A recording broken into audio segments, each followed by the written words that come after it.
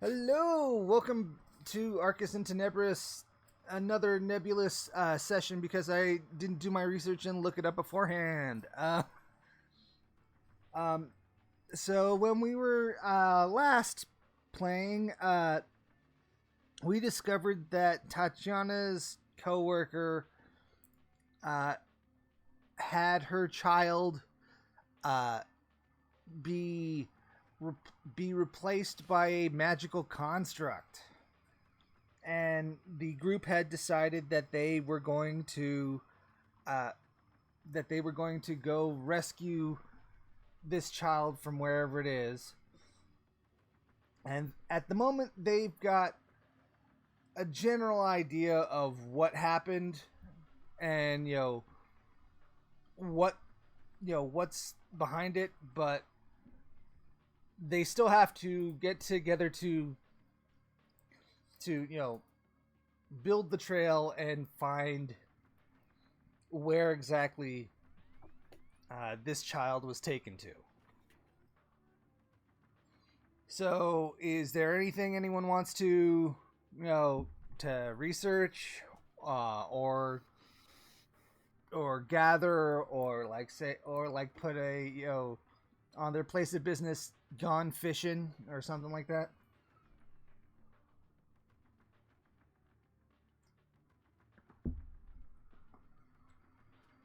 I mean, Arthur put on his Arthur did put like closed till further notice on his what do you call that, office. Yes.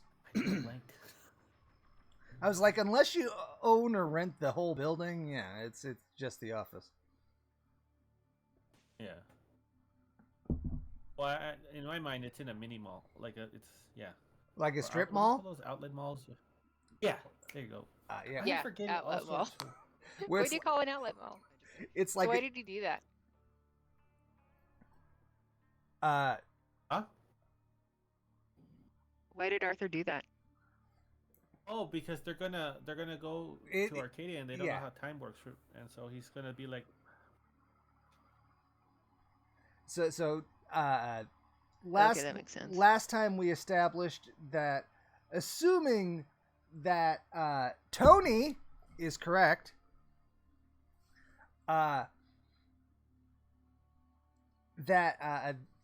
the child was taken to the other world of Arcadia. Because everything that Playing around with a different microphone. Is this working okay? that works. It is. Okay. Oh, you know what? I need to unmute Josh. That might be a good idea. I just realized it's like, man, it's been so quiet. Why is it so quiet? I can't hear the voice of God. Sorry, Josh. Hold on. You're not unmuted yet, so you can talk all you want, and I won't hear a thing you say.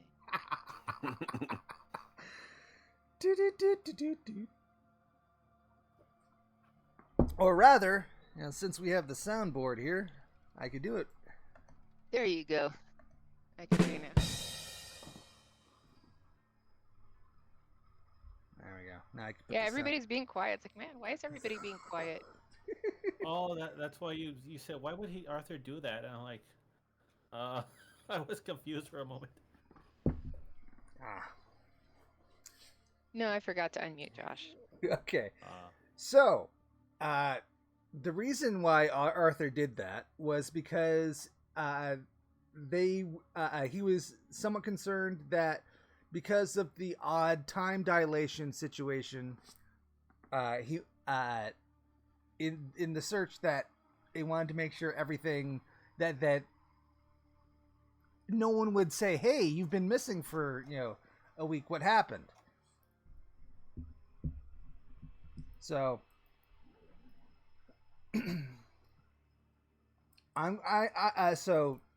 Yep. So Arthur says, closed. I assume Fluke just has his IT business say closed, and Yes, I do. which leaves Tatiana and to say, hey, I'm going to be away for a while. Conversation with everybody. Yeah. And also, what exactly do you want to tell Julie?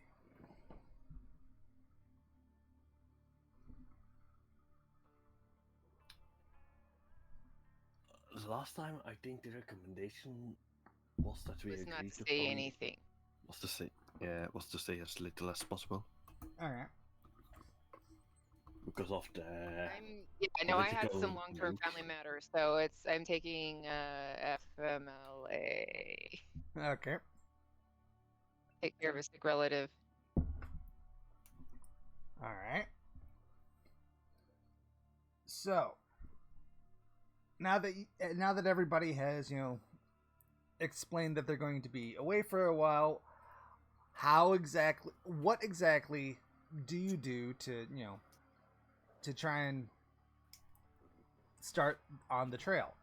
You have the geolocation where she found the kid. And there was also talk about wanting to ask the werewolves in the area what they knew, and Indeed. and so there's that option.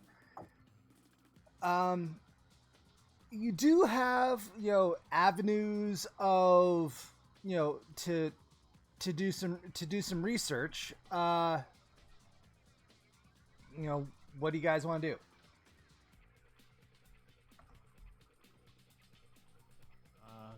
And Arthur research into Arcadia, or does he need to have a cult for that?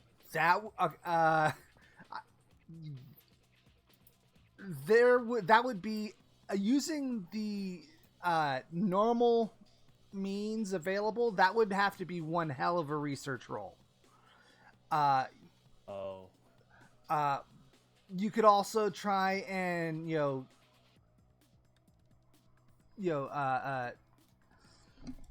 since you guys are orphans, you do not have a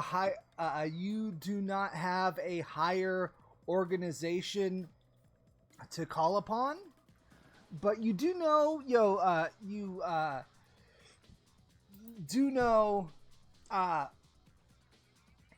Kodak and Ronnie. You do know the werewolves. So you're not coming from an avenue of absolutely knowing nothing. So you could do that kind of research. Tony is the only one that has any greater reach, but he's pretty, he's pretty much persona non grata, so there isn't much that he can do. There isn't a whole lot of people he could call on. So how do you guys want to proceed?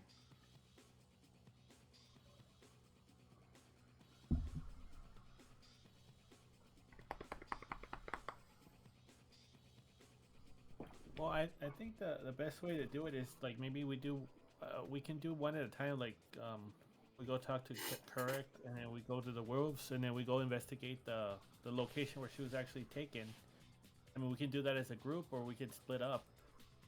I would recommend doing it together. Okay. So where do you guys want to start first?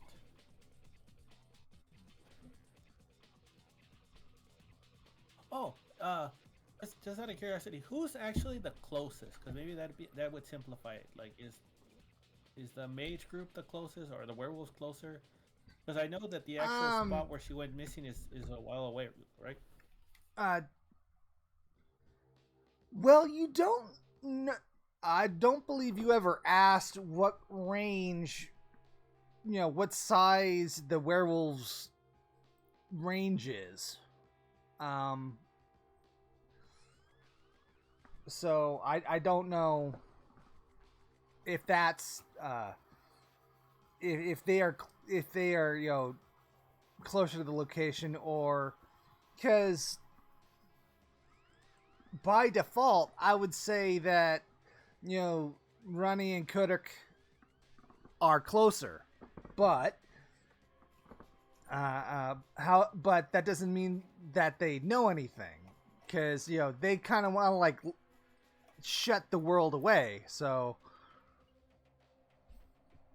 Right.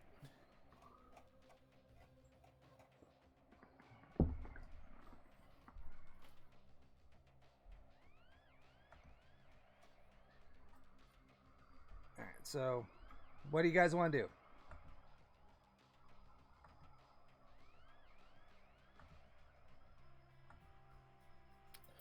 Then we get the contact information from the wolves. Yes, you do have their phone number. You can get in contact pretty easily if you'd like.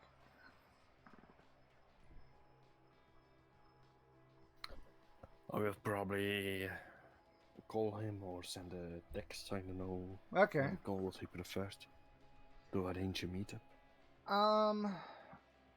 So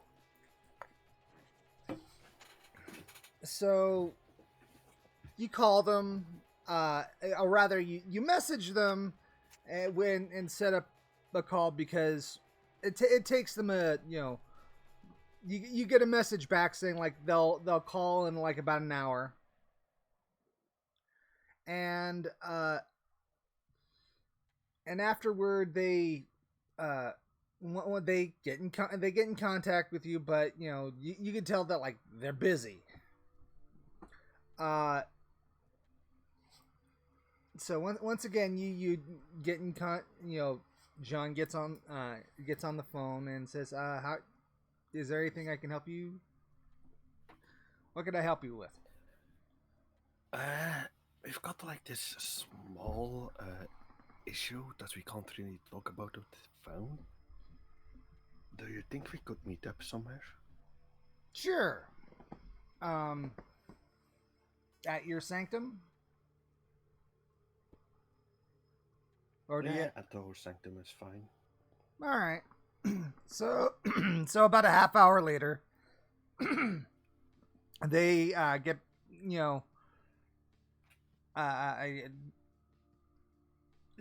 John gets to you. No heavies in tow with him this time. He comes over himself. And you guys all get together, and he asks, "Okay, what's going on?" So, I point to Tatjana and I say, well, she has a colleague that had her daughter kidnapped. We are inclined to believe that the Fae are involved.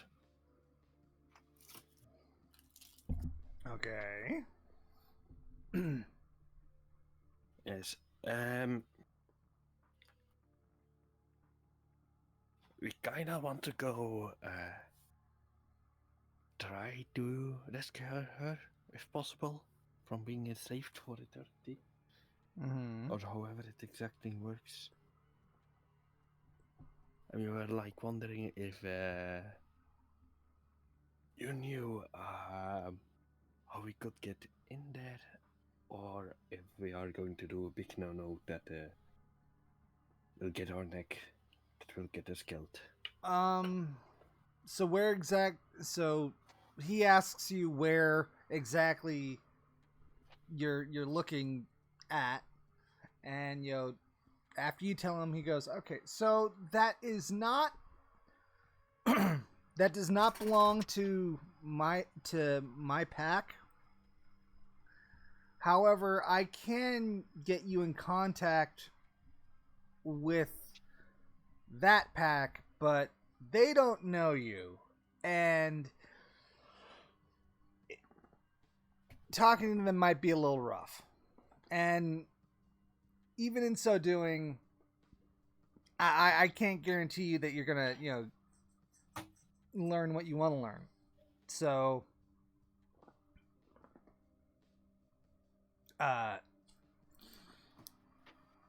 that's what I can if that just wanted to let you guys know before I do that, but you know, my people can be a bit territorial. Understandable, understandable. Okay.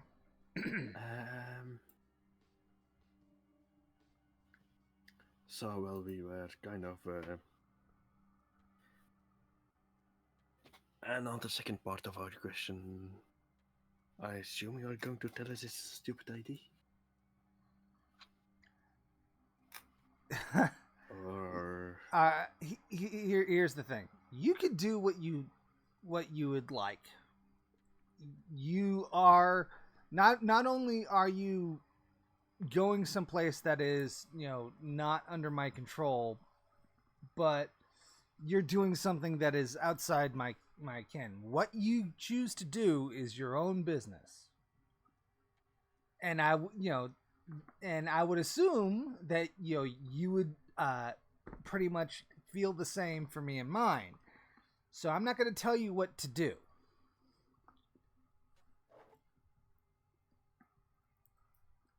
As to wise or foolish,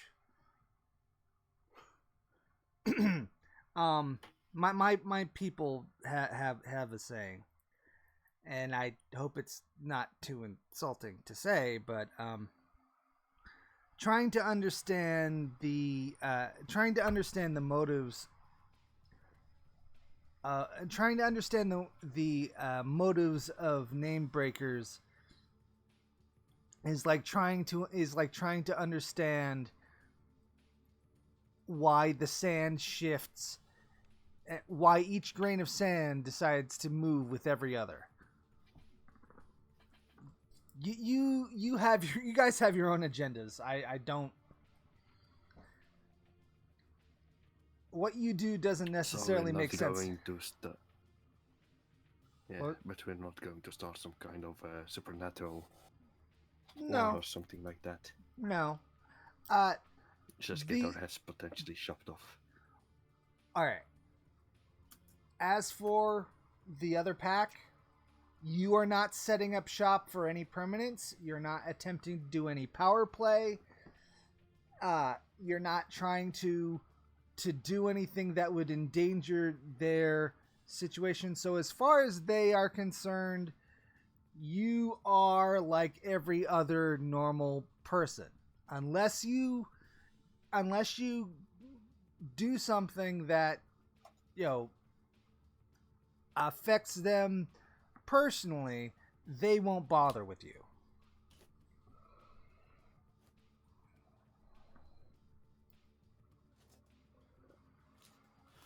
I have a question, and the last session did Tony say he could get us to what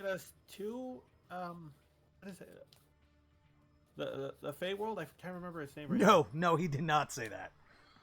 He said it was possible to get there. Okay. All right. It's basically he will bring us in contact with one of those upper packs. I forgot the name of the wolves that dealt with the Fae. But Oh. Would it be Fiona? Yeah, Fiona, I think. Yeah. Yeah, anyway, it doesn't really matter that much. And it doesn't guarantee anything about the talks with them, just that they will at least talk to us, potentially.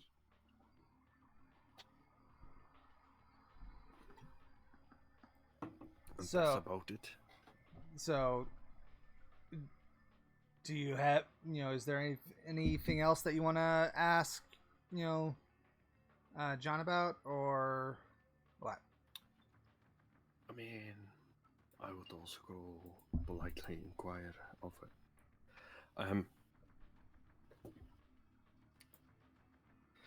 So, by the way, how's it going with your thingy that you asked us?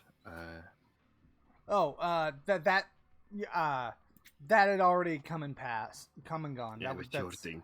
Yeah, well, no, it's your thing that they needed access to, and that has that week and a half of activity has already come and gone, and they relinquished uh, uh, uh, control of it back to you, and even that's the wrong terminology, but what they needed to do is already long They done. stopped their maintenance works. Yeah. They already did what they needed to do, and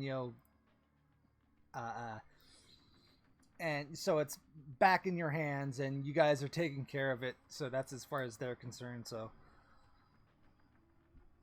I mean, if you want to talk shop to him, you could ask him how things are going, and he would respond with how difficult how thin the gauntlet is, and basically it would be like asking asking a plumber how things are in the for the whole for the whole city, and they'll complain about that their union is doing so much, so basically it's more generic bitching and whining. Nothing specific or anything like that.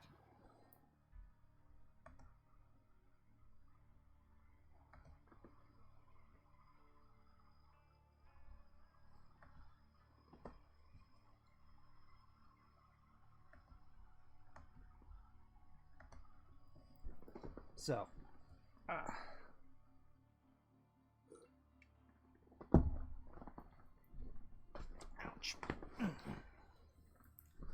So,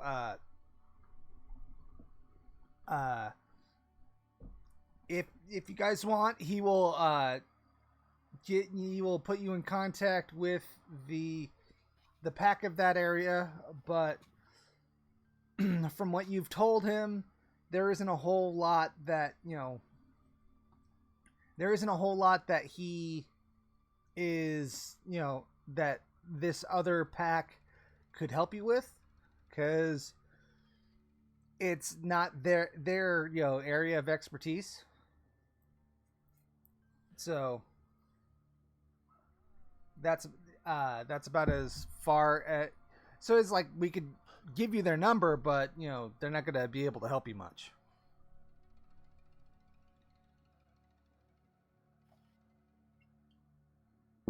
Fair.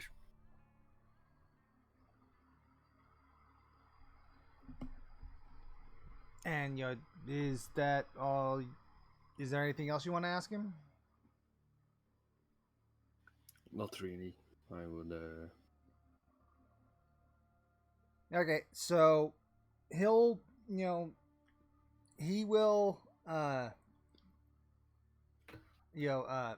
say good luck, and show moral concern about the missing child, and wish you guys luck in finding it, and but there is not much that he can do to help. I understand. Thank you for bringing us into contact. Mm-hmm.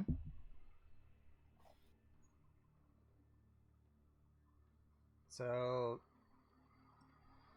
he leaves, and I assume you guys wanted to call Ronnie and Kodak. Before we do that, because I just remembered I have past lives. Can I try using that to see if I can get a cult, and if I can just out of just memory have a way to get in? Here.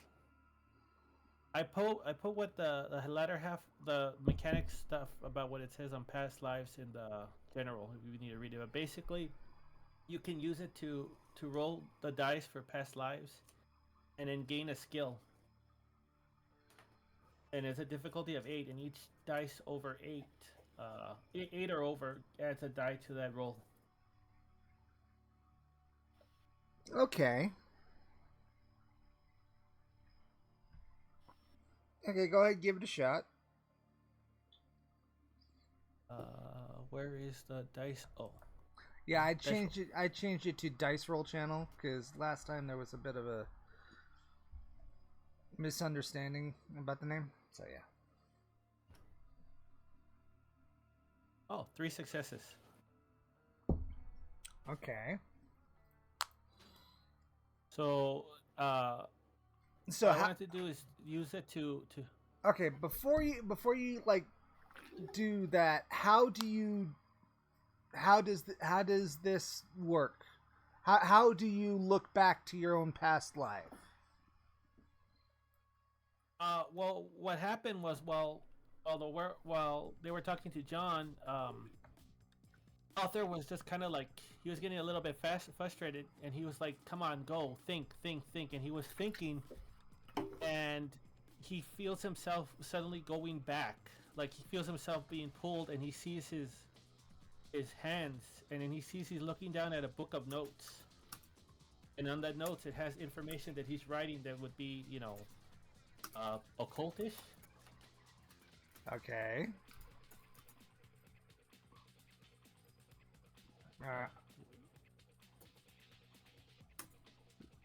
So you kind of like fall into a trance and sort of automatic write your the information that you need. Yeah, Okay. right. And so for the actual the role, would it just be occult and intelligence, or That sounds about right. okay? So I got 3 successes, and then my intelligence is 4, so 7.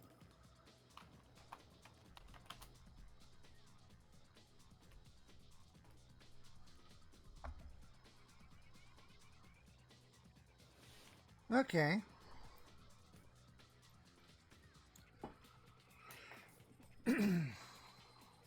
So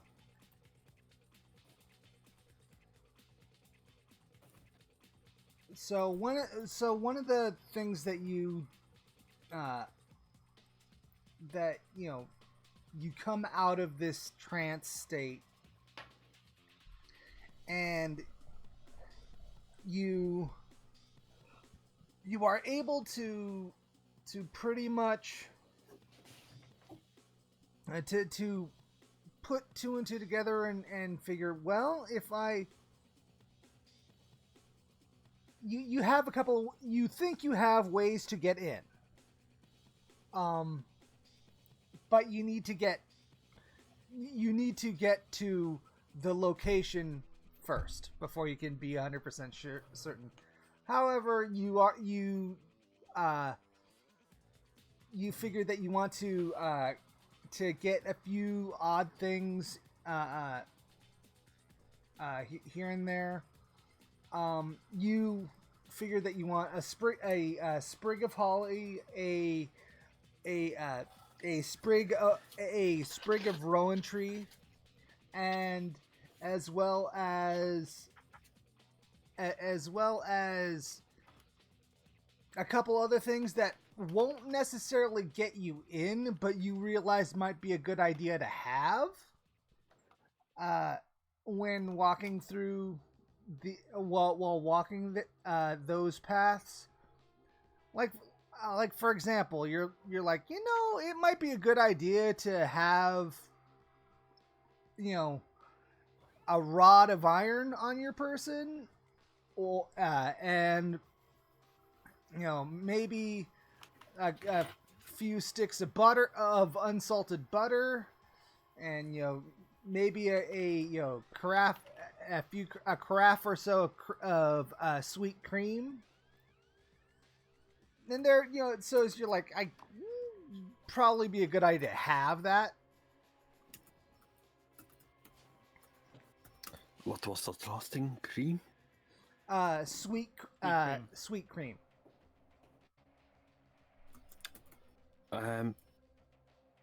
Question: as a matter mage with a few dots in it by now, Mm-hmm. can I summon an iron rod or the other materials, or do they need Yeah. to be original? What?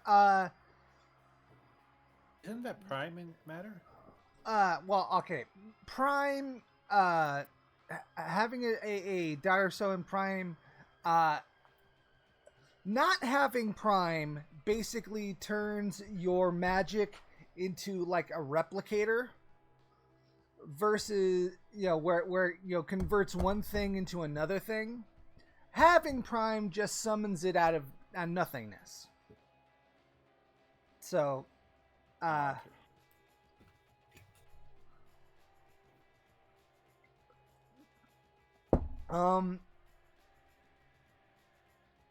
it's one of these, you could, but I'm gonna say since your your sanctum has your workshop, I'd say having a couple rods of iron is not outside of the possibility of having on hand.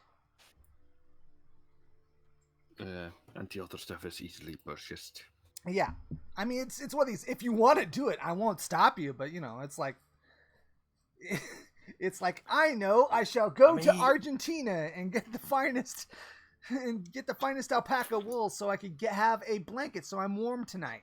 You could do that, but I mean, if you have the money. But yeah, it's one of these. You could do that if you wanted, but there's simpler ways.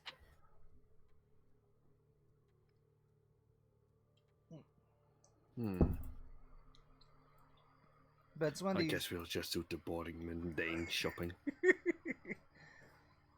Hey, never underestimate doing things mundanely. There is a reason why the 10th sphere is often referred to as gun, because it does what it's supposed to do.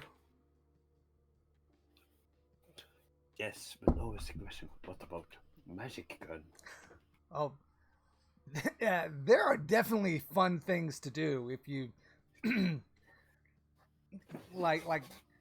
There are plenty of fun ways to modify guns, even without making them more effective. They're like for example, you could, in theory, you can make being on a tangent here, but with correspondence you can make any you could theoretically make any teleporting bullets. Yeah, basically like have basically a portal at the end of the barrel and the portal at the end of your target, and then always strike. Always strike true. Yeah, that's what I meant with teleporting bullets. So it's one of these, and that's a very simple thing to do. So it's one of these. There are plenty of fun things that you could do with to modify what a firearm does. So hell, you could have something similar and just inject neurotoxin from 3 buildings away. It's it's possible. And do it in such a way that it doesn't leave a track mark, oddly sort of teleport, the neurotoxin into them, except not. Anyway, back on point. So you guys acquire these things that you don't necessarily have on hand, and you are certain with the information that you have that you can get to Arcadia from that place if all the information you have is correct. So is there anything you guys want to do before, like get some clothes, travel bag? Man, Yeah, we could go look out for some kind of camping gear. All right. Probably a good idea. So you do the equivalent of the D&D adventurer kit. You know, small tent, Basically. small tent, bedroll, 10-foot, a 10-foot pole, 50-foot of rope. You guys get yourselves, a unless you have something specific in mind. I'm going to say that you can get everything that you need relatively easy, and I'm not going to make you like inventory everything because it's like within reason. I'm even going to say that that would include like about 4 days worth of food and water.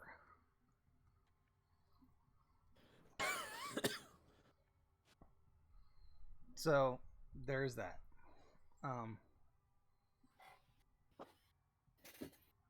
Do you guys just want to head directly out to the location, or do more research, or what? I know this is late, but could I have asked our friend that would arrange the meet for any advice on any gifts we could gift him? Well, Like, isn't that what that's what that's what the sweet cream and butter is for. That's not for the Fae. Yeah, that's for the Fae. That's for if you run into. Yeah, I was talking about gifts for the wolves we are going to meet. Oh, well. Aside from. So I think this is carrot versus stick. Yeah, and what's more is, John told you, unless you are setting up shop or trying to take something from them, the local pack is not going to get involved, and you're not going to be doing all those things. So they'll unless something like goes real wrong, they're going to pretty much ignore you.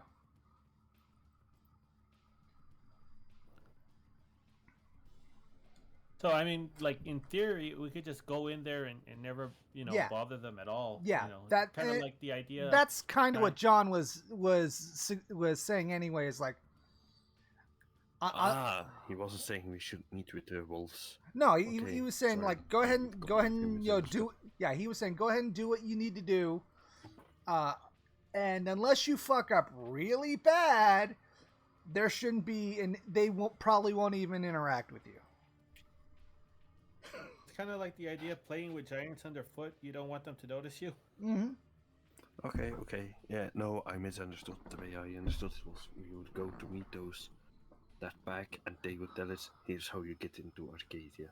Well, that's outside their. That's not what they do. Arcadia has nothing to do with what the werewolves interact with. Harmony, but it just was some confusion on my end. Okay. No big deal. Okay. Corrected my notes, and we are ready to rumble. So you just want to like? I think Arthur's ready to go too. What? I didn't catch that. Just to make sure we each got an iron rod, right? Yeah. Yes. Or was it okay? Each got an iron rod, a few thingy. Yeah, I'm going to say that it is a 1.5 inches across at 2.5 feet. Basically a big ol' iron stick.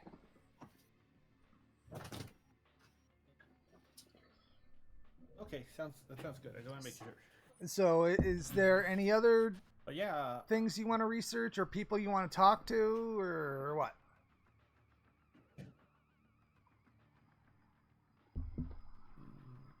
No, I think Arthur's ready to go. I mean, if anybody else wants to do anything first.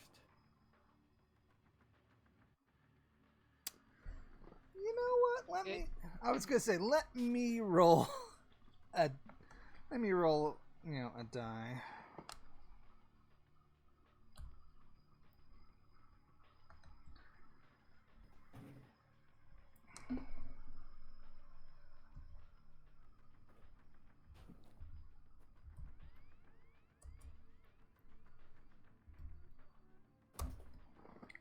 Let me just.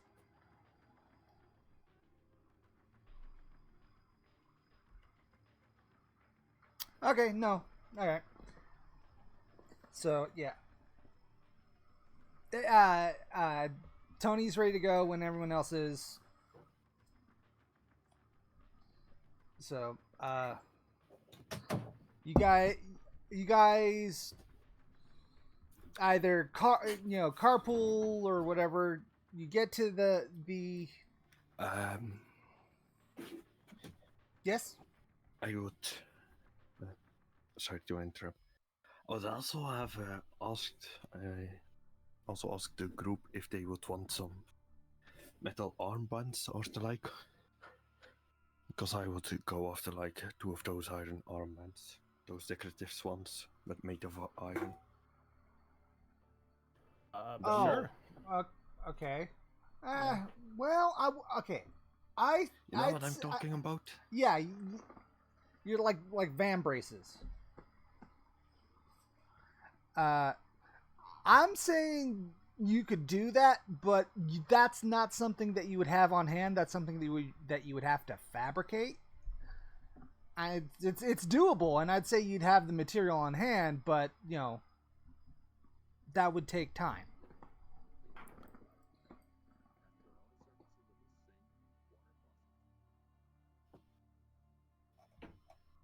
So if that's what you want to do, you'd say just give me a roll and you could do it, but it'll take time. I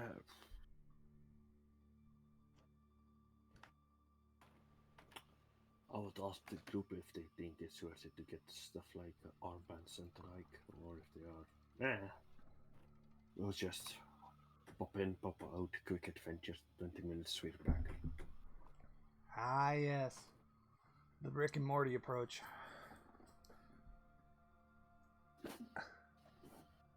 Well, more like the TTRPG approach. Yeah. It will be fine. What can happen? All right. So you guys get there, and you follow. You follow the instructions, and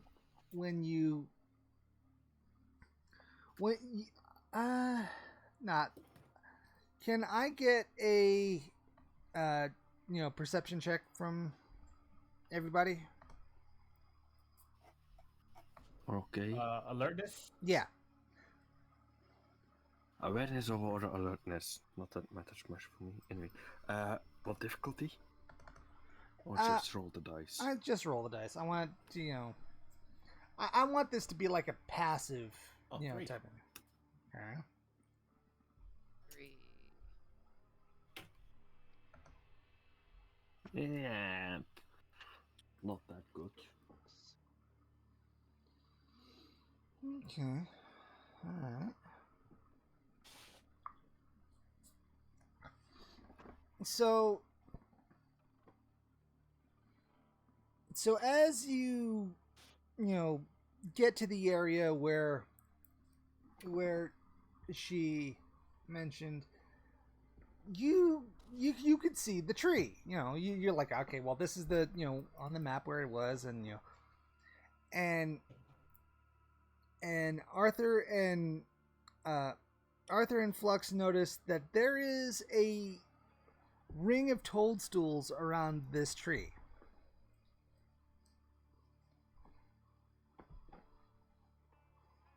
I give a chuckle. So, are the toadstools what I was looking for when I said I needed to see the spot? yeah. I'm gonna. So, remembering that this is the first time that you've ever engaged with this type of thing. So remembering that, you know, you have no basis for comparison, from what you can see, you're like, okay, I guess this is probably what I'm looking for. But, you know, you do not have 100% certainty is what I'm trying to get at. Yeah. So with the knowledge of your past life thing, you investigate the inside cavity of this tree, this rowan tree, which is kind of weird to find in this forest because you don't really see any other rowan trees. So you look at the tree, and it had been struck by lightning, and as such, it had a burned out inner core, but enough of the tree survived that it continued to grow around it. So there is this hollow in this tree. Looking at the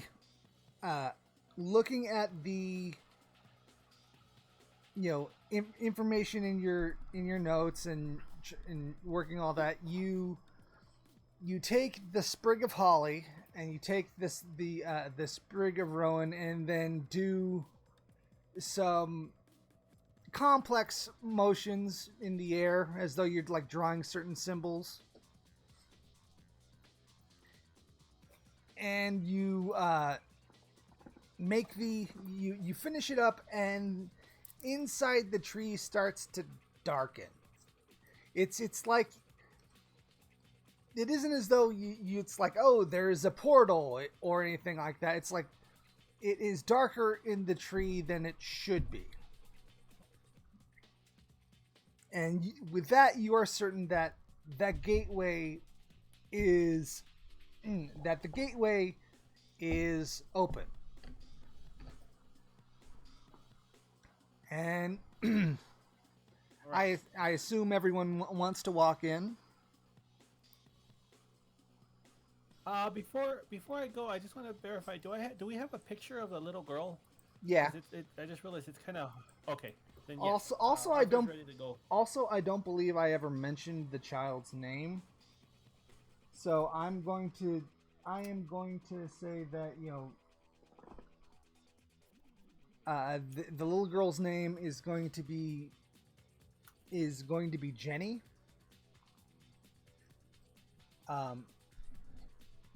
But you know, it occurred to me I hadn't actually brought up the name yet. So you have a picture of the kid. You know, you have a name. Tony has some of Jenny's hair. And that is what you have available. And I assume everybody walks into the tree, yes? Maybe you should hold hands.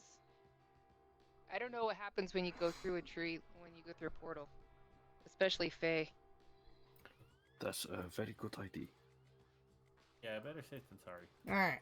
So everybody holds hands in a long, you know, chain, and you all walk through into the tree. And you walk into the cavity of the tree, and all of you kind of like bunch together inside the cavity of the tree, and you're like, what the hell? You expected to like go through to like an open door. But you get inside the cavity of the tree, and you're like, okay, well, this is kind of weird. And you turn around, and the outside of the tree is not the place that you had that you just come from. So basically, the tree acts as, you know, a middle ground. And as you guys, you know, exit, you know, the cavity of the tree, It is what you see is a very. It's a lot. There are a lot more brighter shades. There are a lot of like pastel cover colors and all that, and in a very it seems very Alice in Wonderlandy. Alice in Wonderlandy. There are large mushrooms, like about knee high, all over the place. There are large butterflies walking around, flying about, and you can also see squirrels, but they are like running around in tuxedos, and and it is very clear that this place is not what you are accustomed to.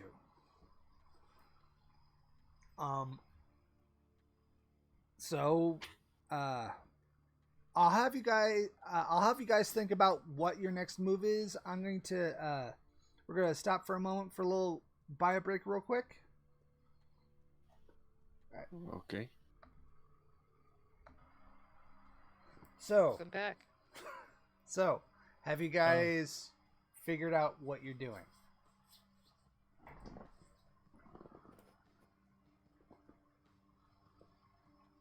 Well, I think our options are try to make a connection with correspondence, or maybe have Tatiana track, see if she can find little footprints. Okay. Well, so Months since then, though. Yeah. Well, time is weird here too. Well, yes. Okay. True. And it's been like about 2.5 weeks since it's happened. In your dimension. So there's that. So, well, actually, it would have been like a week. Now I think about it, but so Tony has a bit of the child's hair, so you could use that as the one side of the connection to try and find this individual. So I assume you you grab the piece of hair and try to use connection magic to find the direction. Yes.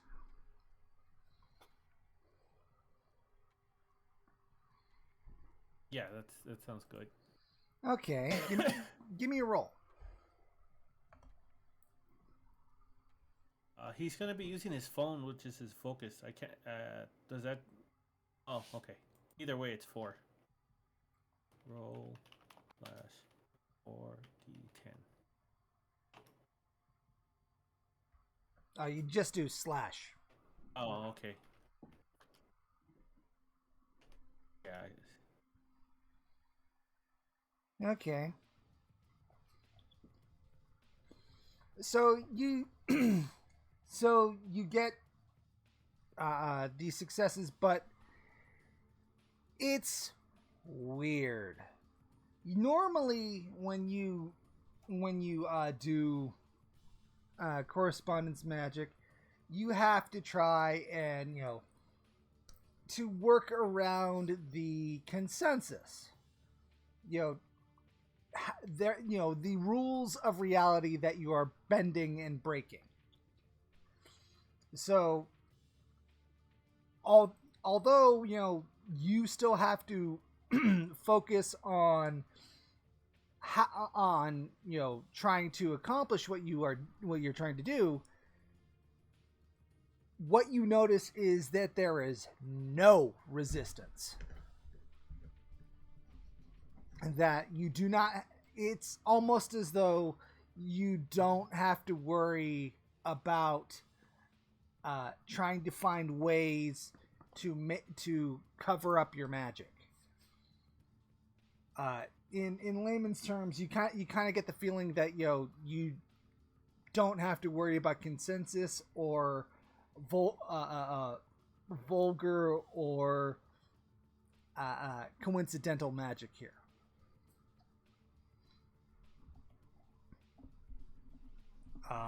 So that's also what you kind of get is not only do you find a direction, but you kind of get the feeling that there is no, you don't have to worry so much about paradox and stuff. The rules here are looser, if there's any rules at all. Out of character, that's not quite where we're going, but yeah, I could see your character coming to that conclusion. Right. So you feel like you are certain of the direction in which the connection is going, and it's off to. You don't really know what the cardinal directions here are, but it is to the left of the sunrise sunset axis.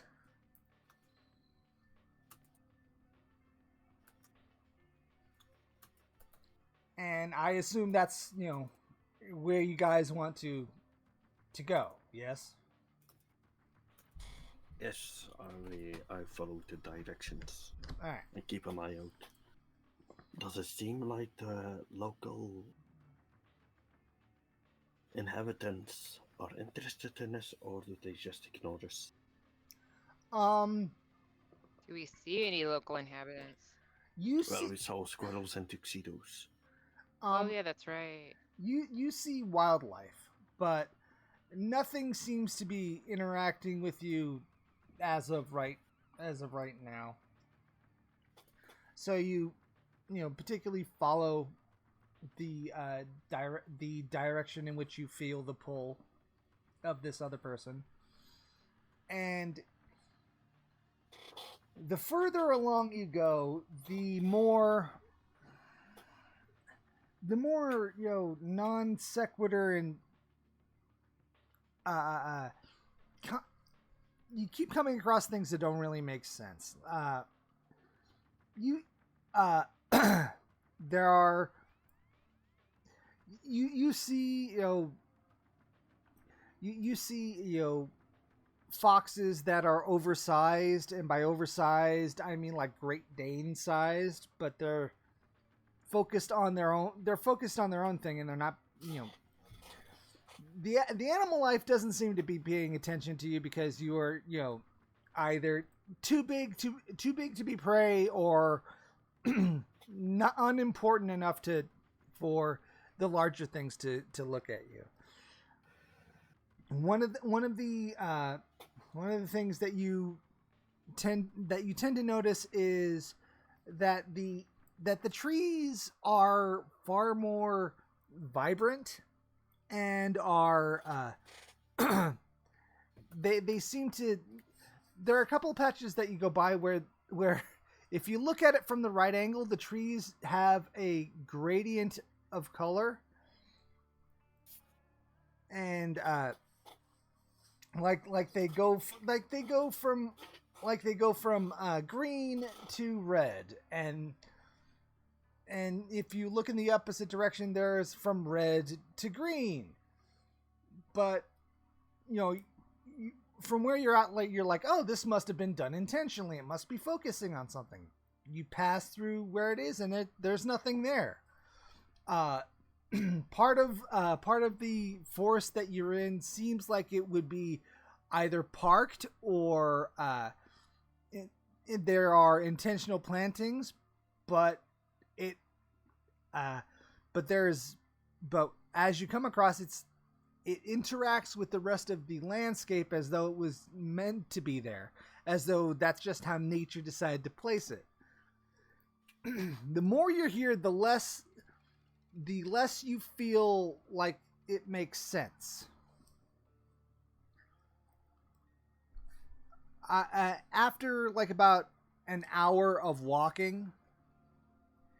And it's pretty much on even ground. There are like some ups and some downs, but nothing particularly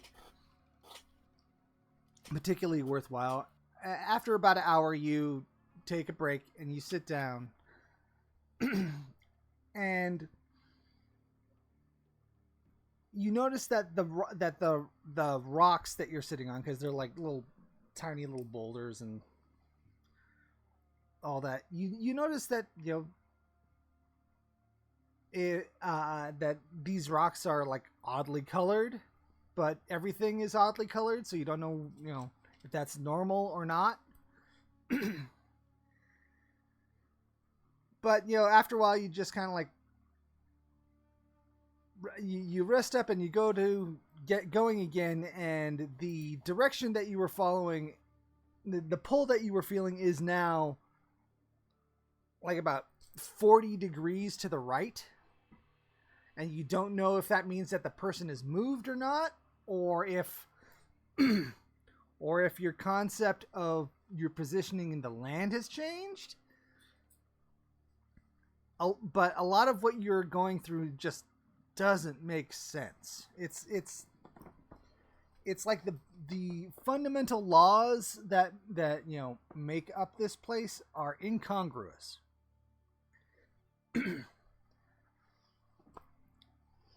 You move in your new direction, and you notice that that you are coming across a river and a bridge ahead. The bridge is made out of a oddly yellow stone. But it has like a gentle arch over this little creek. The creek is, I'm going to say, like about 7 feet across and deep enough to make just walking through it pretty difficult, and enough to get things wet, and you'd have to like avoid getting pushed downriver. So I assume you guys attempt to cross over the bridge, yes? Yes. Yes. But I'm also going to fill my canteen with the water, because I was like, you never know. Magical Fey water might be good for something. Okay. So you have like a separate bottle for it, yes? Or do you like dump out a canteen for it? I have 2, and one is half empty by now, so yeah. Okay. So after you go down to the water's edge, you refill it. You're kind of like a nice slow thing, and you look at the bridge, and it's a bridge, and you look downstream, and it's the water continues to flow down its direction. And after you got the canteen filled up, you guys go to cross the bridge. And the instant that one of you puts your foot onto the bridge proper, you end up hearing a deep gruff voice going like, "Oi! What are you doing here?" And it seems to be coming out from under the bridge. And from under the bridge, even though, as Tatiana had said, there was nothing under the bridge other than the land and the water, seeming to come out of nowhere, is this 8-foot tall green individual that has like these small tusks coming out, protruding from their lower jaw. Big, muscle-bound individual. speaking in a in a Orkney accent, who seems upset that you're trying to cross the bridge.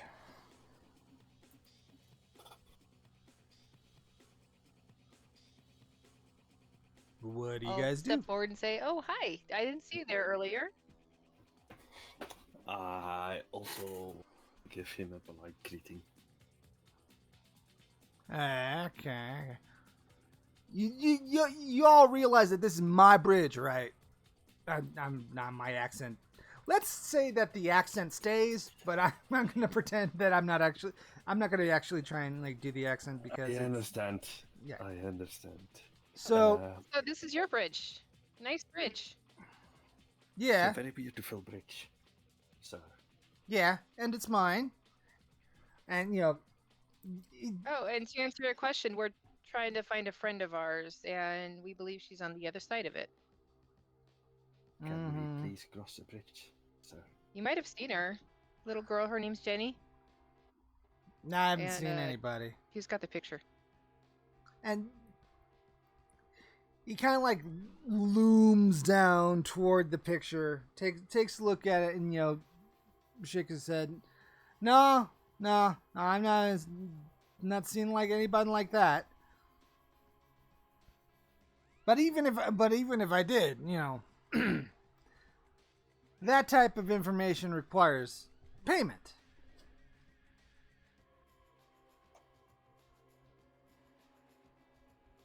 So you're saying you did, but you won't tell us unless we pay you. I'm just saying that kind of I think he's information saying- requires payment, even though I haven't seen them.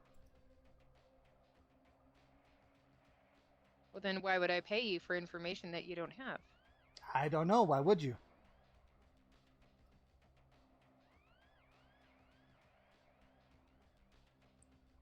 Well, I want to save any trade that I brought for somebody who actually has the information. Sir. Now, we would like to Before- cross your bridge, pretty please.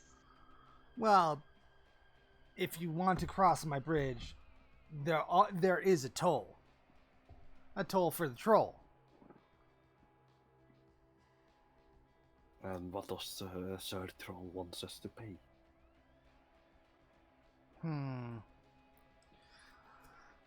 What do you have to what do you have to trade?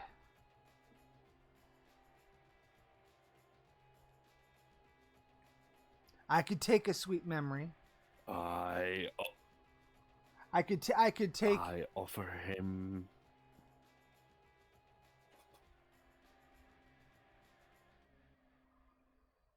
Yes. I offer him a piece of the salted butter. Okay. Sounds like a guy like you could use some. All right. Let me good stop you quality right there. butter. Let me stop you right there. It would be unsalted butter, and I assume because Arthur would have made it clear that unsalted butter is what they would want. Oh, and I got a whole bunch from the kitchen, so Yeah. yeah, we're good. So so you produce a stick of sweet unsalted butter to him, and you could see this big massive hand, stroke his narrow chin, fingers the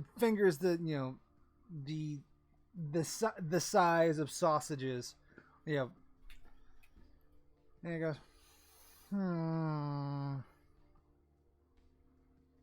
all right.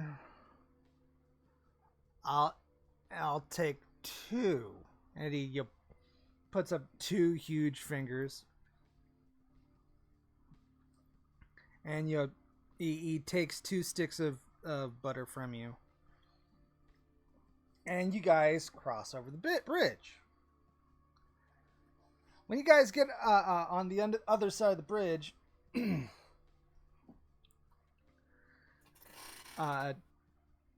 from the on the from coming from the other side of the bridge down the road, because you guys happen to be like crossing a road. There seems to be another troll coming coming down his way, and he sees you and he goes like, "Hey, what the hell are you guys doing here? You crossing my bridge?"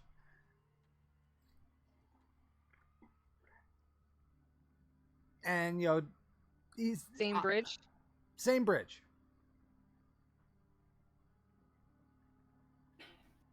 I kind of look at him and I point to the other end. It's like, go talk to him. He said he claimed this bridge. You're gonna have to kick him out and take the toll from him. Who? And Can you guys hear me now? Yeah, we can hear you now. Yes. Oh yeah. Oh, okay. I think I was It's what I was saying. When he was negotiating with the troll, I guess you didn't hear it. Is Arthur wanted to light a cigarette and try to move the thermal energy out of the water, so this way they can make like an ice bridge. But I guess it's a little too late for that now. It's a little too much. It's a little late. Yeah. I'm like, why aren't they listening?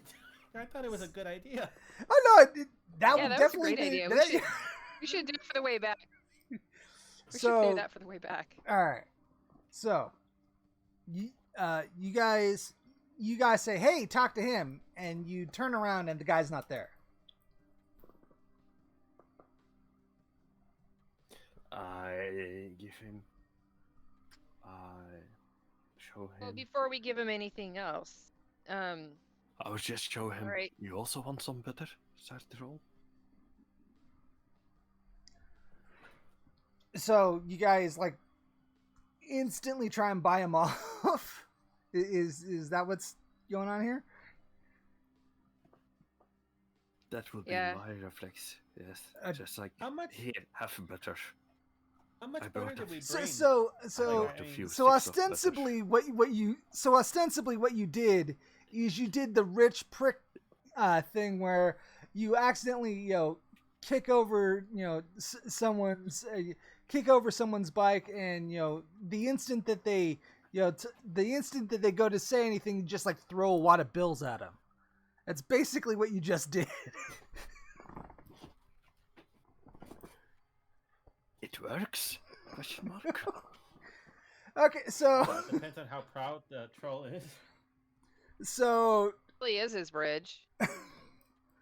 so I did say troll, sir troll.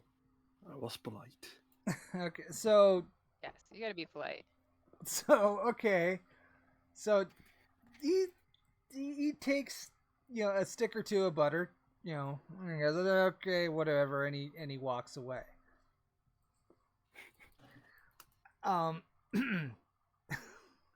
You guys continue in the direction that you felt pulled, but then you have to stop and realize you start feeling the pull coming from like 30 degrees back in the other direction it originally started from. So you started to go one direction, and as soon as you stopped, it required you to go another direction. So it sort of feels as though every time that you stop, the direction slightly changes.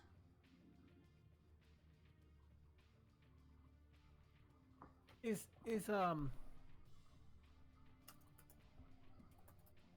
it? I'm trying to think of how to phrase this.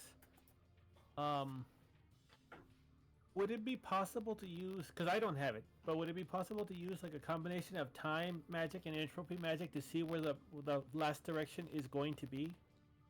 Like I think like time correspondence and entropy, just to see where the final position will be. That we just move in that position and keep and stay and just keep going.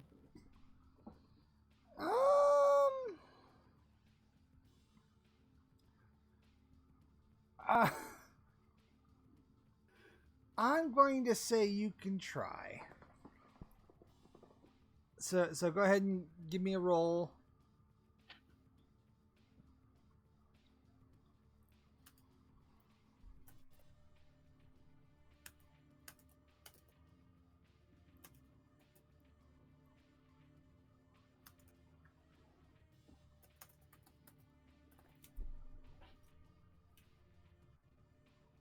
Testing. Yeah, we can hear you now. There's sounding 1, 2, a lot 3. better.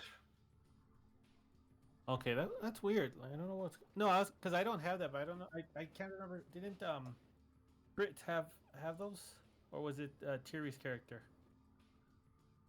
Have what? He was Tiri's character was mostly Entropy, time, and correspondence. yeah. Yeah, that was his that was pretty much his range. Oh. Well, does anybody have time or entropy? Maybe I can combine it with correspondence, and we could just kind of like see where it goes at the end. Let me check. I do not have time, nor do I have entropy. Ah. Tatiana? No. Well, Okay. I know I don't have entropy.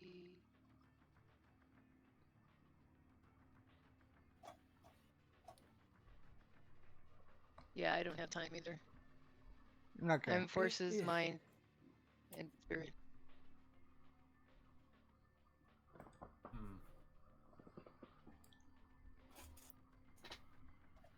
Alright, 1 second. Let me check something real quick. Is there any spot where I can get a good vantage point just to see to see what just a good vantage point, like a high any nearby high spots?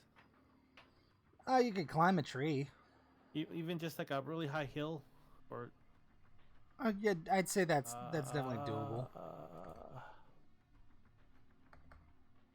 Okay, well, I mean, yeah, I'll try to climb a tree.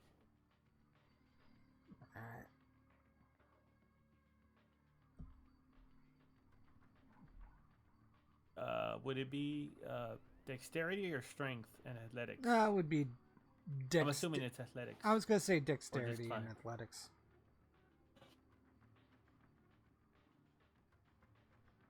Okay.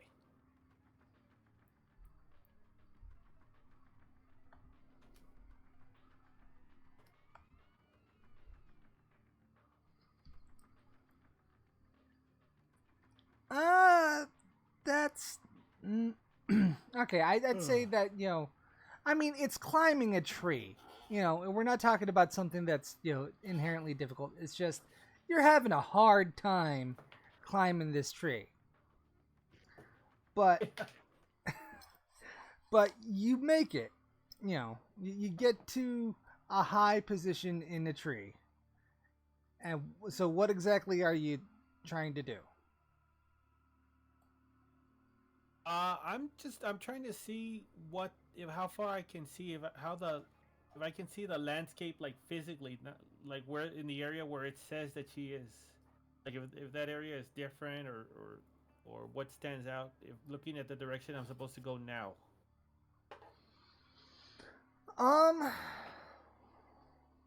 So you're trying. Is it a city? Is it like a village? Is it? Well, it's. Think for a skyship or something? Well, it's okay. What you I'm trying to think of the best way to put this. You climb and you like although you can tell that there is a town nearby, at the moment that you are you notice that it is coming from a specific direction. You do not see where it's coming from, but you don't necessarily kind of like can like prejudge where it's going to be because you can't really see it. I'm trying to think. I'm trying to think of a way to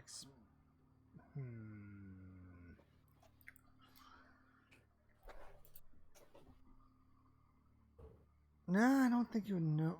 Okay. So you don't necessarily you're like, well, it's in that direction. And of course, when you get back down from the tree, it is, once again 30 degrees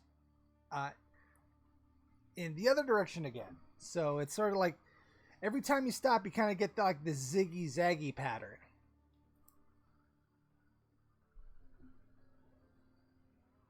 So okay, so every time we stop to we just stop, it changes. Yes. Right. So why don't we just go in the direction it says now, and then we go for a good amount of time, maybe like an hour before checking again. So, I mean that's Yes. Arthur's idea. Seems Maybe like So that does seem like the good idea to do. So you keep on you go to that, and once again, as soon as you stop and you like try and orient yourself, it does go back to the opposite, the 30 degree opposite, that it was before. And as for it is, once again, it does not make sense, but you sort of kind of may pick up on the spatial situation here is different enough that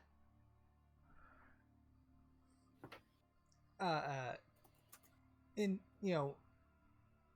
placement and intention might make more sense, because it would not be unreasonable for you try to consider, I'll just create connection is not in a impossibility to try and like move forward in such a way that I could try and minimize the distance. However, in this place, it doesn't seem to work that way. That this place has its own rules of reality. That although as a mage you can alter and bend to your will, it's the default is off.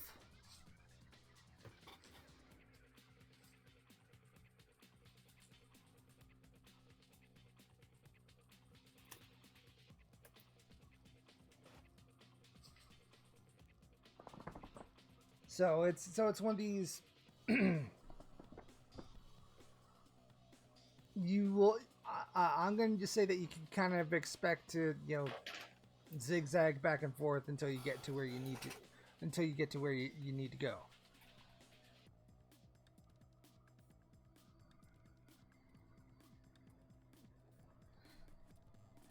So you guys have been. Let me try and like. Now that I think about it, you guys have been going for like about 3 or 4 hours now. And when you guys came in, it was already in the afternoon, so it might be starting to get dark by now.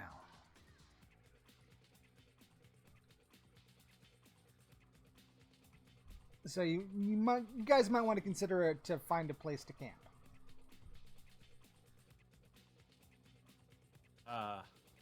Just out of curiosity, Arthur's gonna look at the others. Anybody know anything about picking a safe camping spot when you're, in another world?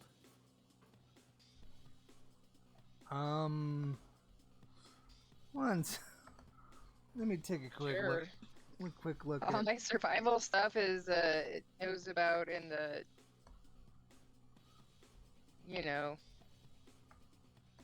I go camping. I don't go camping in the Fate realm. Well, I mean, you know where to camp that, like, well, where bears won't get you. That's. I don't think we have to worry about bears in this place. I mean, there's a troll. So Yeah, I'm somebody going to steal I'm all going our to say butter. I'm going to say that it is within your it is likely to guess that you're like, well, don't camp on an animal trail. Don't there are certain wilderness rules that you're like, odds are it would be best if we if we camped off of the path a bit, in a little bit more open area. So there are certain like basic rules which you can assume applies. So so you can pretty much go like, okay, how about we just like go off the path a bit and camp here, and you can find a safe spot.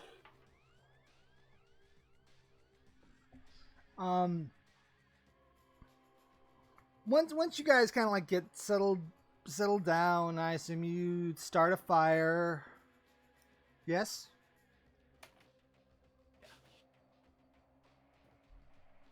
I mean, Is it cold enough to start a fire though?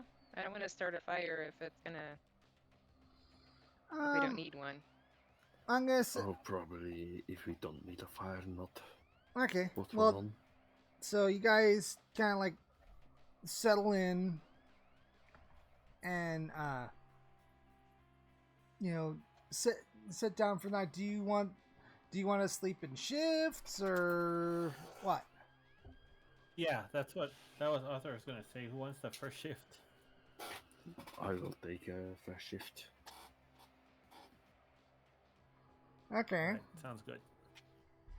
Or do I need to wake up for the next shift? I'll go next. Okay. As long as we each take a shift, we're fine. Okay.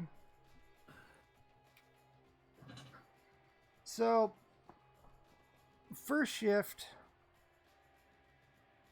nothing happens. You hear wilderness sounds and, things that you would assume are normal here. Nothing seemed to, particularly approach, or anything like that.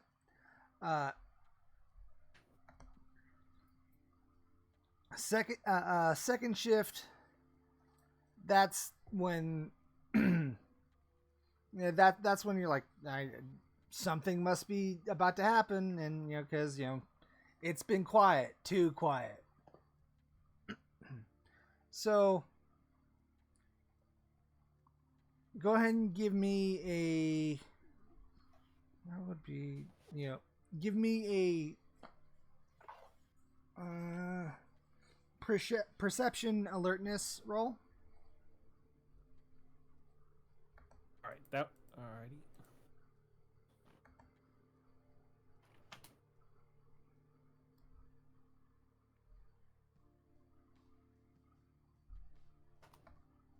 Is it going through?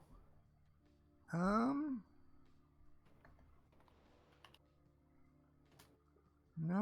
not yet. Let me roll it for you then. So. Oh, okay. Oh, there. Okay, there you go. I think the problems I'm having is just the bad internet connection today. It's possible. All right, so you pay attention during your shift, and there are sort of like doldrums of the noises where like things get quieter in the area around you, and then they pick back up, and you notice that it seems odd because common sense would tell you with after like just basic hearing is like, when a forest gets quiet, that means there's a predator nearby, and that's when you need to be attentive. However, you also kind of notice that it passes. Predators, if they're going to be nearby, either act or they just move on. And it seems strange that you are having these quiet, and then the force gets quiet and then it gets loud again. It seems like an odd situation. So this is happening in rhythms, right? Like, yeah. So when that happens, can I try and use correspondence to like scan the area around me? I mean, I can't tell what it is, but I can tell like if there's movement or. I think it's just movement. Let me think about that for a second. When it comes to correspondence, you were talking about the connection of things, and what's more is you are dealing with how familiar you are with the connection between things. I'm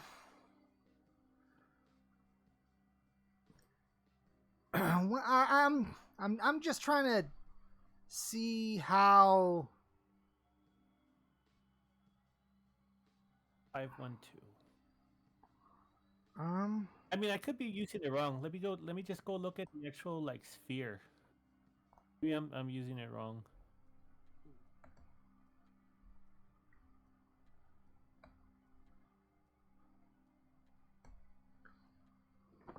Level 1. Basic spatial understanding allows the mage to see things in her immediate vicinity even if she can't perceive them with her normal senses. Using that perception, she can estimate the distance between objects, intuitively find a direction, notice hidden objects or characters, and spot spatial instabilities, warps, anomalies, wormholes, etc. Well, I'm trying to like figure, how immediate surroundings would, what would qualify as immediate. Oh. So, because I'm like 50 feet away doesn't necessarily qualify as immediate surroundings, Yeah. And I'm trying to think of like trying to spread that out. I mean, if that's what you... Okay, I'm like... I guess you could do a roll to try and, like, expand your senses, maybe?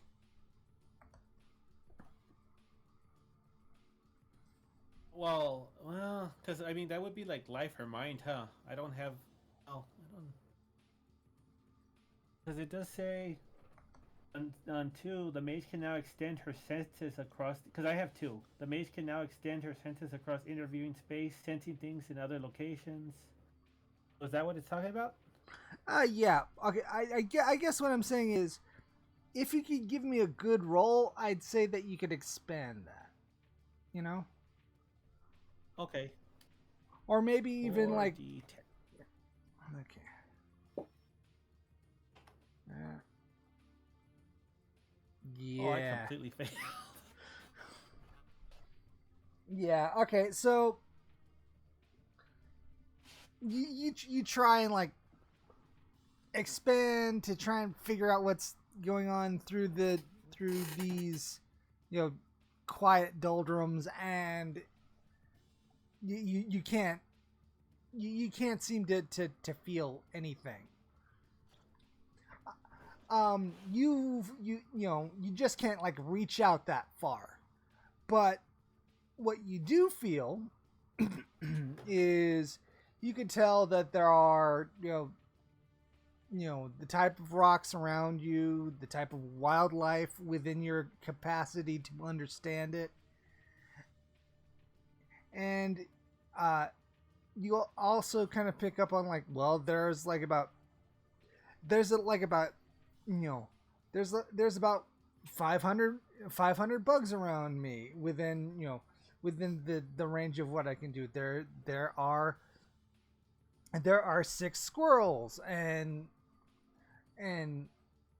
and like about 20 different trees of this breed or all that. One moment, I gotta take a call real quick. I'll be right back. Let me mute.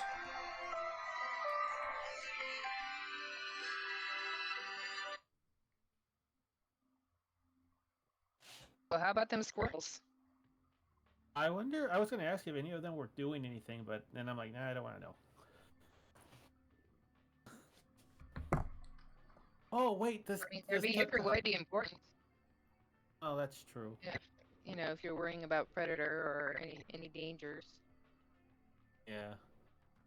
I mean, at this point, he's probably like thinking of waking up Tatiana because it's like, well, All right, I'm let back. Fluke sleep because he did his time. Okay, so let me see. So,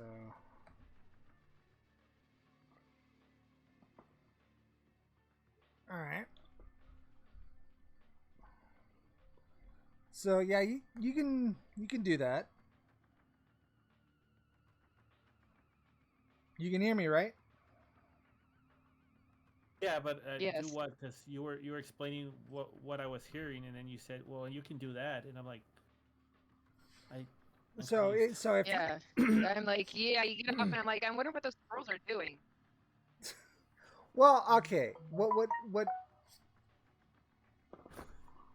Sorry, 1 second. Damn Sorry. it.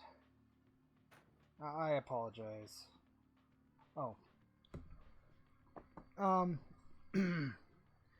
So you could wake up Tatiana and try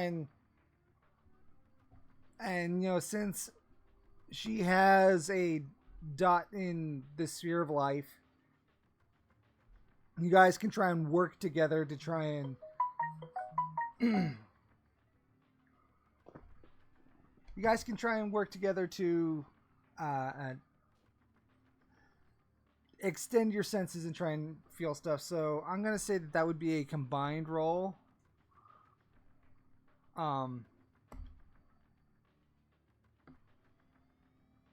Okay, Well, so being as yeah. I have, I forgot to, for the whole perception roll, I forgot to mention that I have acute senses, so I should have.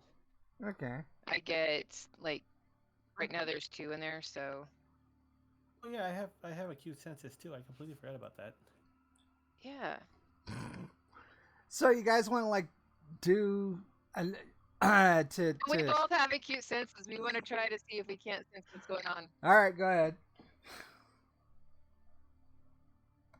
So is it another perception and awareness? Yeah, I think that would Alertness? be yeah. Especially since you guys are trying to like Okay. to like re-perceptionify things. Well, I mean, it's perception and hearing, so I mean that works, right? Because he doesn't have all the senses; he just has hearing.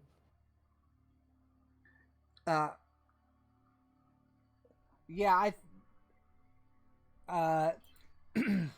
I believe you had it under hearing. I don't know what Tatiana's perception would be. Is it sight or sight? Well, it's the thing is I misunderstood it, and it said you had to do 1 or 3 dots, and I put 2 dots. So I was like, oh well, if 2 dots, I could do 2 senses that were heightened instead of just 1. Logic. But I guess that's up to the storytelling now, isn't it? Okay. Okay. 1 second. Because at 3 dots, you get all 5 senses. Yeah.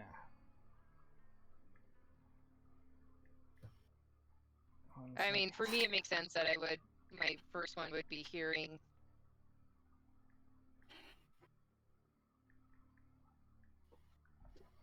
Okay.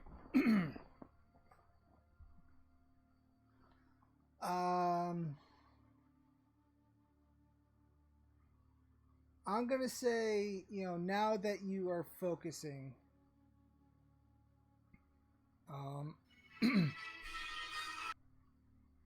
okay. Uh,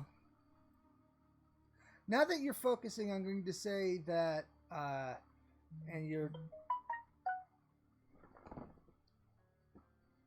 both, working on it together. You can tell,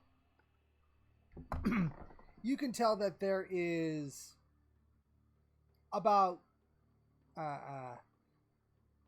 you camped, in a bit of a clearing, and the tree line is with the tree line is like within 25 feet, but as you are like trying to pay as much attention as you can, you can tell that that there is a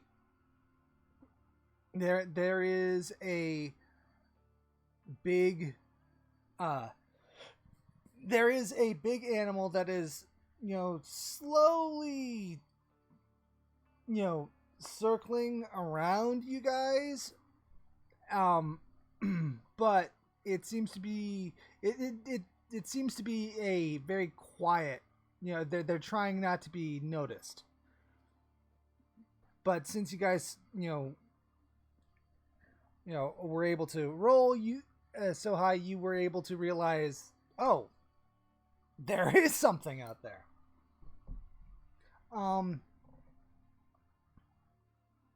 Yeah. Yep. So, can I take out a flashlight and just shine it on the thing to see what it is? Get a better image of it. I Okay. just realized that technology exists. Okay. So you've got a pretty good sense of the direction that it's at, and you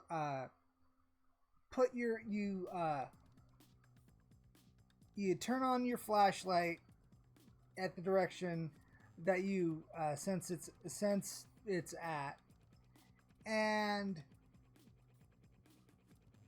the beam goes through the various plant life and the underbrush, and you notice that there are a pair of emerald green eyes staring at you. You don't see what it's attached to, you just see the eyes.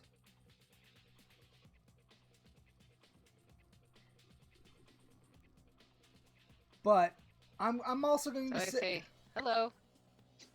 I don't know what else to do. Okay. Go ahead, say what you're going to say.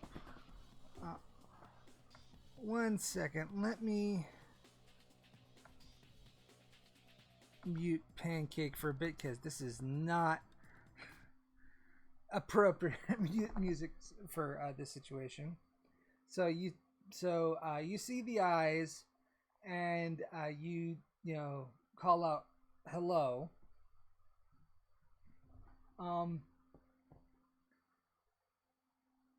And a very low, not quite a growl, but it's got that gravel down there.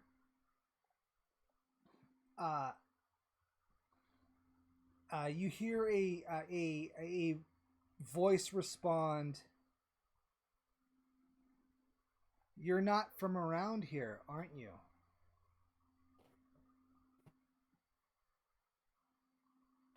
No. We're actually looking for somebody. I'm Tatiana. Who are you?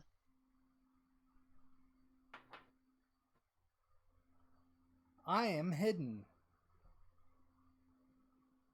And that's how I would like to remain. You're in my forest. Are we in the clearing? Which is in a forest. Yeah. Oh, okay. Oh, okay. I thought it was like Don't a try to forest. And... Okay. Yeah, I see where I got.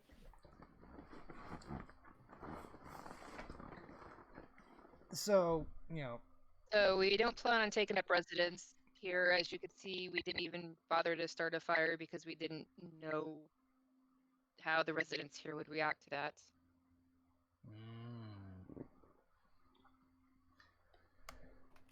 So although you don't see whatever it is, other than its eyes, I'm gonna say, let's see.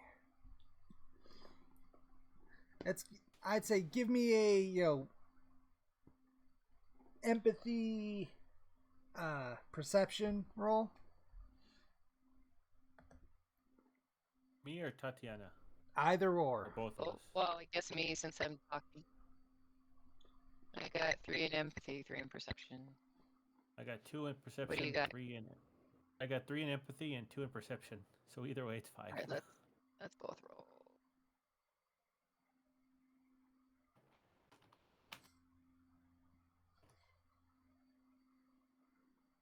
Oh, okay, 1 success. Okay. And Tatiana? 3. I got 3. Well, 2, really. Alright. Okay. Because you gotta remember, ones take away from your successes.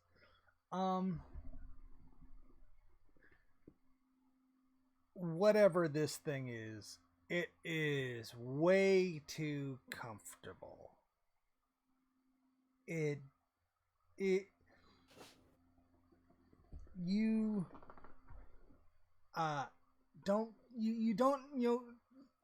there is it is not overtly threatening you, but this thing is way too comfortable with its position and with you.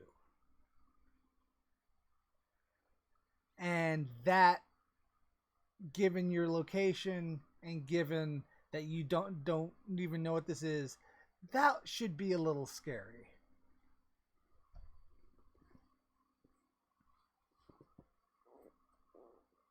Arthur's gonna put Okay. a cigarette in his mouth. Just to be ready. Okay. So, where are you from?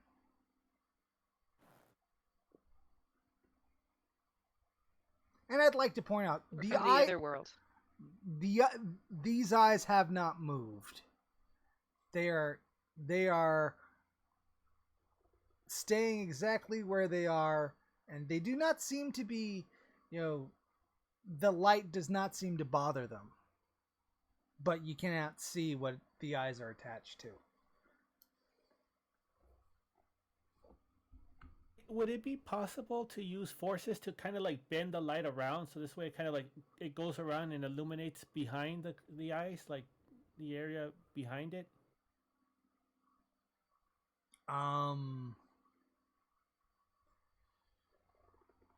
I guess you could. I won't. Yeah. Okay. Go ahead and give me a roll if that's what you're gonna do.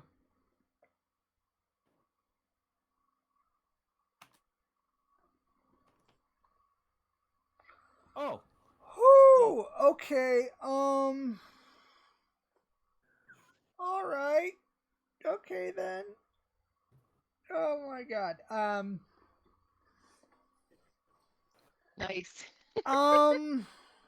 So for our listeners, Arthur just got 3 10s, which are exploding, which means it works, and it works really, really well. So,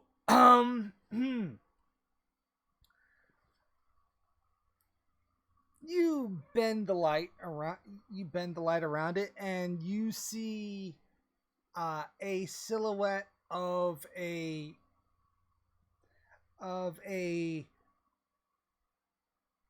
sinuous, somewhat long-eared cat that stands like about 4 feet tall. So basically the Cheshire Cat.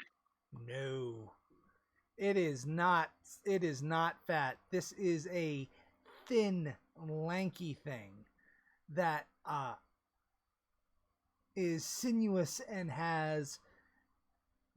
it seems to have a hidden strength amongst it. However, it realizes that what you have done, and it does not like it. And it charges at you.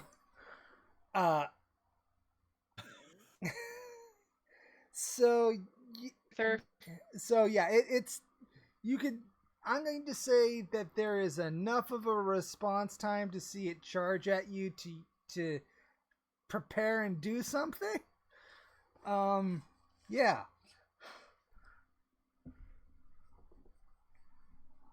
So it's charging at you. What do you want to do? I guess Arthur's gonna try fire. Just prime and forces create fire and try to like blast it. He doesn't. So wait. Panicking. So you're trying to cast fireball? I mean fire, not fireball, but like a flamethrower, because like he doesn't know what it is, and like he always hears kill it with fire. So that's okay. Yeah, give me a roll. Okay.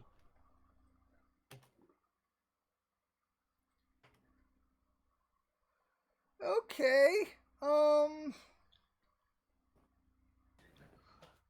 So out front, you have this cigarette that you are using as a foci, right? Yes. Out from the tip of it comes this gout of fire. So like a flamethrower like blows out from the end of this cigarette, and it envelops this cat, and the animal disappears into the gout of flame surrounding it, and for a moment you cannot see it. All you see is this giant gout of fire, which illuminates the entire forest around you, and also sets a couple of trees on fire that were behind this animal, air quotes animal, and yeah. I'm gonna say that you're a little blinded, because that's a lot of light out of nowhere.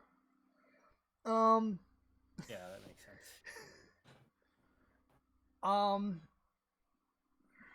Let's see. So let me look at your sheet real quick. All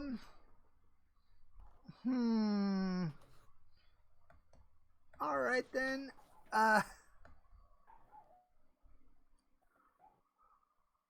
So could you give me a Dex Athletics real quick to try 1, 2, 3, and 4, dodge? 5. Okay. Yeah. Uh-oh.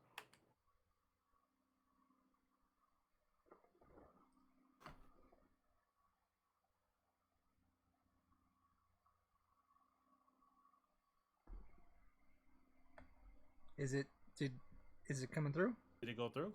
No, I don't think so. Try it again. I got a 10.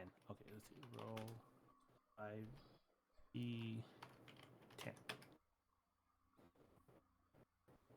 Oh, well, now it's actually a little bit better.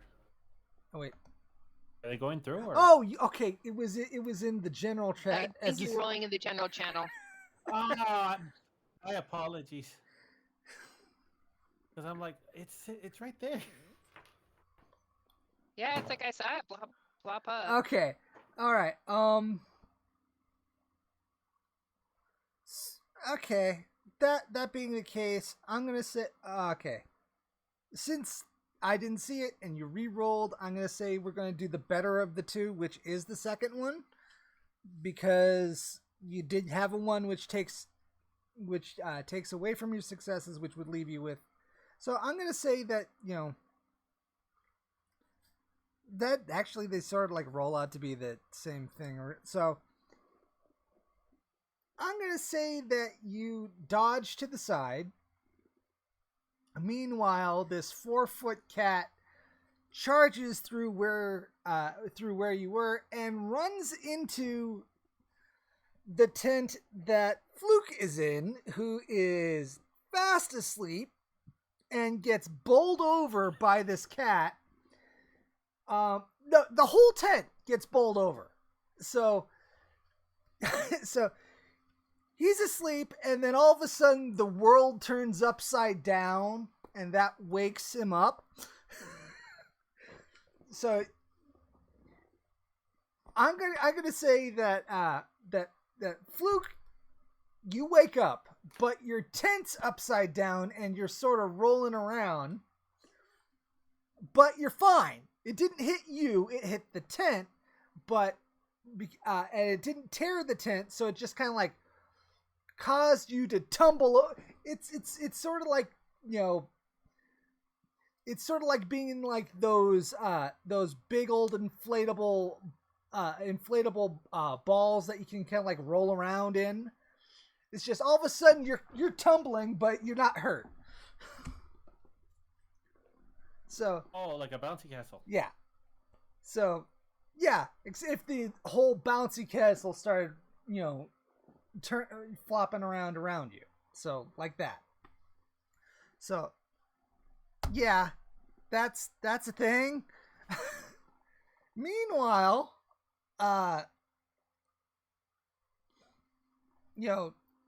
meanwhile, Tatiana sees this happen, and So I've been dabbling in martial arts. I have like 1 dot in it, like big deal, right? But one of the things I've been playing around with is shurikens, and they're iron. And so I was gonna try to throw one at him. Okay. So martial arts, huh? Yeah, I got 2. It's actually 2 dots, not 1. Okay. So, since you're throwing, I say that pairs with your dex.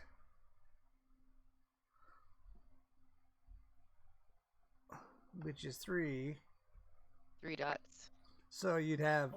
That's not a bad pool for dabbling.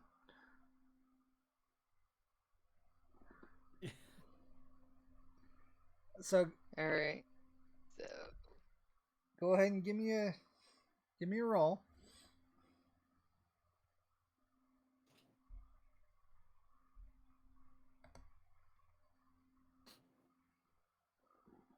Two. Oh, wait. Because the 1 took away. Oh.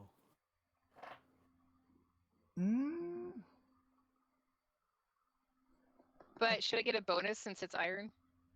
Well, no, that would be like if it struck. Oh.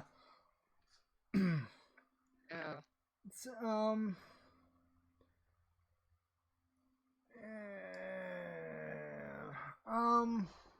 I'm going to say that was a low win. Okay, I'm gonna say that you hit it, but given the fact that it like was dashing and that you had to kind of twist quickly and that it, you know, ran into a tent, I'm gonna say that you catch it in the ear. It landed flat. Okay. That you catch it in the ear, so it is pierced by it, but not in any area that would be vital and all that. So it, so yeah, I'm going to say that I'm going to say that it gets hit with it, but not in any real damaging way. But considering it's iron, that is going to give it an incredible amount of pain. And whereas before it went to charge, but it didn't make a sound other than its feet impacting. As soon as you catch it in the air, it screams. It is a absolutely deafening deafening yowl. And it it decides to slow itself, and it does not give a fuck about what Arthur did anymore. It turns to Tatiana, and you are now its target, because that hurt. So I was loading up another one because. Okay. So I yell at him. It's like, you need to knock it off. We didn't come here to hurt you. Stop it now.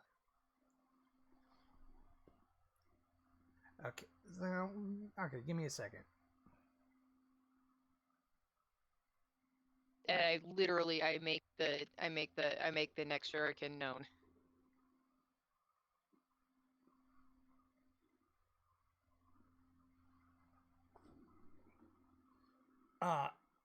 Between its teeth, it says, "The lion cares not for the motives of lambs," and it goes to charge at you now. It goes to charge at you. So go ahead, give me a roll. I throw this one with all my might.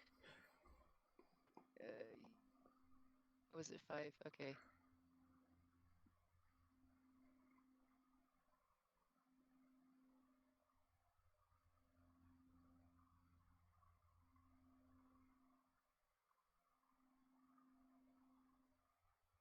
Three. Okay. I'm also trying to It's point blank. He's running into me. Yeah, I was like, he's running into you. So I'm going to say that these are the American movie size shurikens, which is like about 3.5 inches across type of shurikens, as opposed to the it is. Yeah. As opposed to the historical shurikens, which are like much smaller, and they're mainly meant as to annoy and deflect attention. So this is the American cartoon 4-pointed star shurikens, and because of that, I'm going to say that you catch it in the chest with this shuriken, and it screams and closes its eyes as it continues to approach you. So I'm going to say that, let's see, trying to see your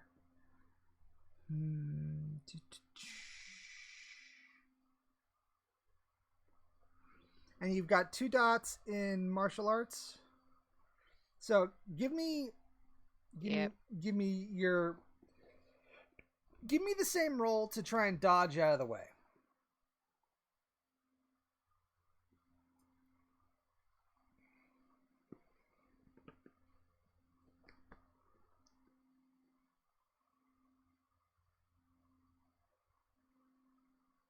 All right. Oh, good. So you dodge out of the way as I this. keep getting a 1. No, it works. You're fine. So you dodge out of the way as this cat, runs past you, at the speed of a bullet. And all right, let me do a roll myself. Let's see.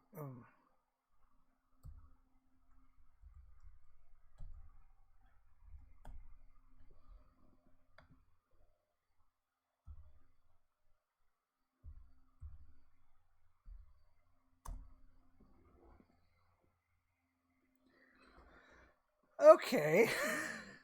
So as you duck out of the way, this 4-foot tall cat just barrels past you and just keeps on going, and you can hear it just thundering away as it seems to be running off. Yeah. So this giant cat runs away, and I'm going to say that you guys that at this point Fluke gets out of the tent that's been bowled over, and you guys are kind of like waiting for it to like turn around to fight again, but it just seems to have run away.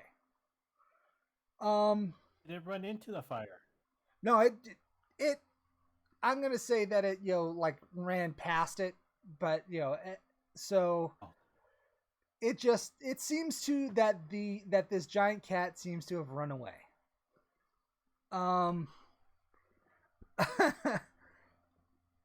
Okay then, all right. So I'm gonna say that you guys are up for the rest of the night, and you are able to get up and all that, but yeah. We are about at the we're like about at the 2-hour mark. I'm gonna say that you guys survived the night. You put out the fire. The cat doesn't come back, but we weren't going back to sleep after that. I was gonna say you guys are pretty shuttered, and with that, I'm going to have. Okay, let me make a roll real quick to see if this is something that Tony would know. So.